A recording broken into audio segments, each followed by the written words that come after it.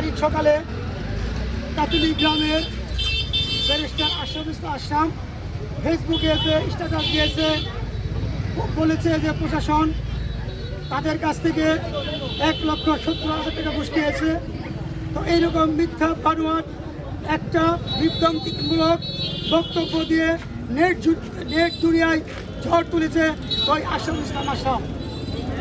তো আমি বলতে চাই, তীব্র নিন্দা জ্ঞাপন করতে চাই যে বাংলাদেশের প্রশাসন কি এখনো আগের মতো ঘুষ খায়? তারা কি নিরীহ মানুষের পাশে থাকে না? অবশ্যই থাকে। তারা এখন ঘুষ দুর্নীতি থেকে দূরে চলে গেছে আগে থেকেই। সে মিথ্যা বানোয়াট বক্তব্য বলছে। তো আমরা তীব্র প্রতিবাদ জানাই ওই আশরাফের বিরুদ্ধে। আশরাফ যে কথাগুলো বলেছে প্রশাসনের বিরুদ্ধে, ঠিক আছে।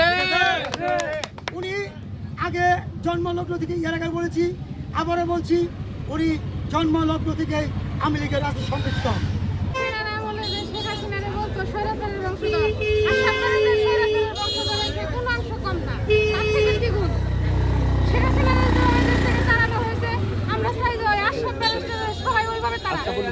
ওনার অন্যায়ের বিরুদ্ধে একটি প্রতিবাদ করাতে আমাদের ফ্যামিলির সবার নামে মামলা করতে হলো, এবং কি আমার বড় ভাই, আমার ছোট ভাই, আমার ভাগিনা, আমার বোন জামাই সবার নামে মামলা হামলা দিয়ে কী করতেছে। আমরা যদি সেটা আইনের আশ্রয় নিতে চাই, আমাদের ধরে মারধর করে, একদম সবসময় আমাদের এরকম অত্যাচার করতেছে।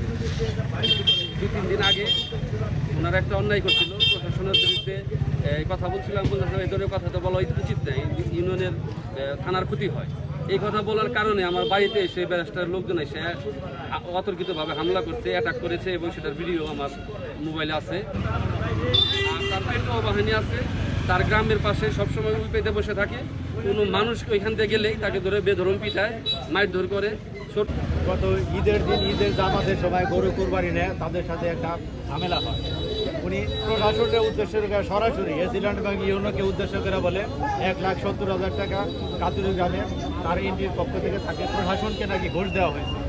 আমি প্রশাসনের কাছে দৃষ্টি আকর্ষণ জোর দাবি জানাচ্ছি, ব্যারিস্টারকে অতি শীঘ্রই 24 ঘন্টার মধ্যে আইনের আওতায় গ্রেপ্তার করে তাকে আইনের আওতায় আমি আবারও বলছি জোর দাবি জানাচ্ছি। এই সভা কিছু কুচুকরি লোক গ্রামটার ঝামেলা করে, গ্রামটাকে 2-3টা গ্রুপ করে তারা গ্রামটাকে লুইটা পুইটা খাওয়ার জন্য তারা আজকে যে ব্যবস্থা করেছে, আর এলাকায় যে নাশকতা তৈরি করেছে, এলাকায় যে শান্তি নষ্ট করতেছে, এইটার বিচার চাই, এটার প্রতিবাদ জানাই। এই ধরনের লোক ওই এলাকায় থাকলে ছোট বড় সবাই অশান্তিতে। বিএনপি শান্তিপূর্ণভাবে অবস্থান করি। এখানে আমরা প্রতিহিংসার রাজনীতিতে বিশ্বাসী না।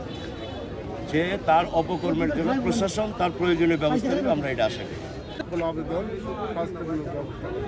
আবার কুরবানির দিন ইউনোর আদেশে, এসিল্যান্ডের আদেশে, তারপরে এই মেজর সাহেব গেছিল কুরবানির